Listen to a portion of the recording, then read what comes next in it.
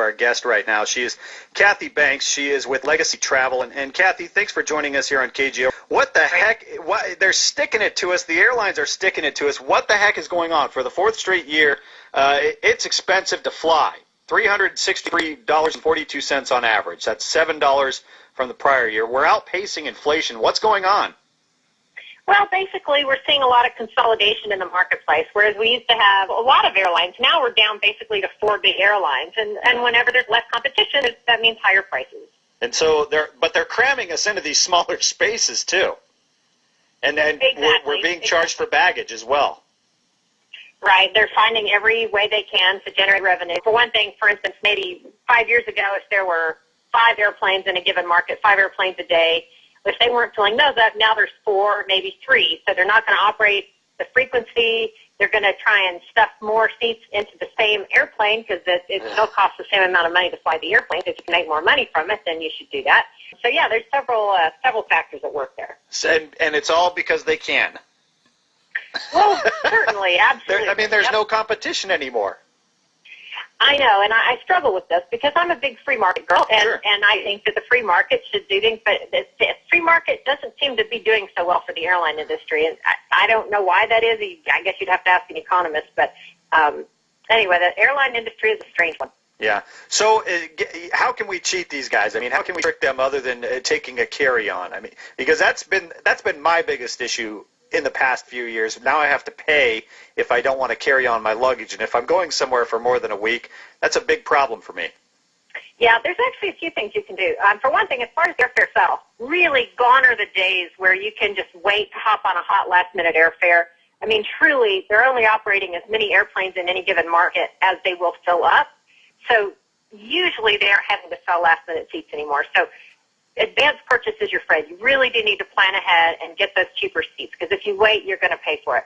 As far as the fees, there are a few ways to get around those. One of the biggest one that comes to mind is credit cards. If you have a big airline in your particular market, then a lot of times, for instance, the Delta American Express, I think it is, if you are a card holder of that, you don't have to pay baggage fees on Delta. American has a Citibank MasterCard that offers the same benefit, and different airlines are associated with different credit cards, and they have benefits like that. So look into that if really paying baggage fees gets your goat, like you just said. Are there any fees that the airline can do without? What are there hidden fees we're not seeing? Well, the airlines are going to charge whatever fees they can. For instance, it just went up. It used to be $150 plus the difference in the fare to change a non-refundable ticket, and just a couple of months ago it went up to $200 plus the difference in the fare.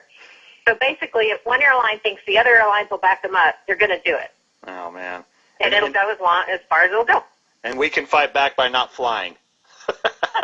Well, I guess that's one thing. I probably won't be doing that, but I guess a person could. Okay. We're speaking live with Cathi Banks. She's with Legacy Travel. Matt Ray sitting in. 415-808-0810 is the number. I want to get to some more tips, if I could hold you through the break here, some more tips on how we can kind of save some cash while flying. Sure. Matt Ray sitting in, KGO Radio 810. You can also follow the conversation along at Matt Ray Talk on Twitter. This is KGO 810. 810. Get your news as it happens. Twitter, Facebook, ABC7, and instantly on the Bay Area's news station, KGO 810. Matt Ray sitting in, KGO Radio 810, 415-808-0810 is the number. We're speaking live with Cathi Banks. She's with Legacy Travel. The price to board an airliner in the U.S. risen for the 4th straight year. A little over $363 to fly, and we're getting tips on maybe how we can cheapen that flight.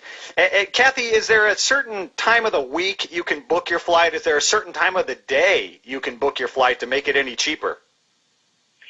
Well, as far as when you travel, that can make a big difference. Now, as far as if you buy your ticket on a Tuesday versus a Thursday or a Saturday, there are people that believe, I think it's a Tuesday is the least expensive day to buy your ticket. And I'm not convinced that's always true, but I do think, as I mentioned, that what's the thinking? You need to go. What's the thinking behind that? Yeah. I'm not really sure. It's never made much sense to me. I've never found it necessarily to be true. For instance, if you know you need to go somewhere on a Thursday, I certainly don't think you should wait till the next Tuesday to book your ticket. You should start looking, Yeah. But I do think that, for instance, I did a trip to Hawaii for some folks a couple of months ago, and it made a huge difference, like $5,000 across their whole family difference to go Wednesday to Wednesday as opposed to Saturday to Saturday. Oh, wow. Because the basic rule of thumb, whenever you go to get a deal on travel, is you need to be willing to do what other people don't want to do. And sometimes that means traveling midweek as opposed to on the weekend. Or sometimes that could mean traveling at a off airport, maybe not the main airport that you would like to fly out of, driving a little further to get to an airport. So alternate airports, alternate cities, be willing to look at connecting, be willing to look at other days of the week. You know, you're going for a weekend trip and you think, well, I want to go Friday, Sunday, and you're going to take Friday off. Well, maybe look at going Saturday, Monday instead and take Monday off, because that's not what most people do. So you got to look outside the box. Yeah. So you mentioned flying to a different airport, like maybe like a smaller city, like a nearby hub, something like that. Exactly, and it won't always be that. Say they're in the Bay Area, you have Oakland, you have San Jose, you have San Francisco. It won't always be that one airport is always the cheapest, but it may be that one airport is the cheapest to one city, whereas another airport is cheapest to another city. So you always have to double check. Are there days or maybe seasons where the airlines hit you with like peak travel surcharges? Well, not really surcharges so much. What it really is there's X number of the cheapest seats, and they go faster at the peak times. So, for instance, that peak, the day after all the kids get out of school and all the flights to Hawaii, the cheap seats on those flights go pretty much as soon as those flights come up for sale, 331 days prior to the flight. It's just that the cheaper seats go faster, and also they don't have any reason to discount them on those very peak days. It isn't that they add, it's that they don't take away. What about, I had a death in my family here a while back, and I had to fly on a moment's notice, and I wasn't worried about cost, obviously, but some people are. Some people can't afford to travel right away. Are there ways, are there certain tips that you have maybe to where people can find a cheaper rate? Right. There used to be some pretty robust bereavement fares, and there are airlines that still offer bereavement fares, but some of them have really gotten strict about them. For instance, I think it's Delta. You buy a full fare one-way ticket, and then on your return, you present the death certificate, and they'll give you a free return. So it's kind of like a half-price full fare ticket.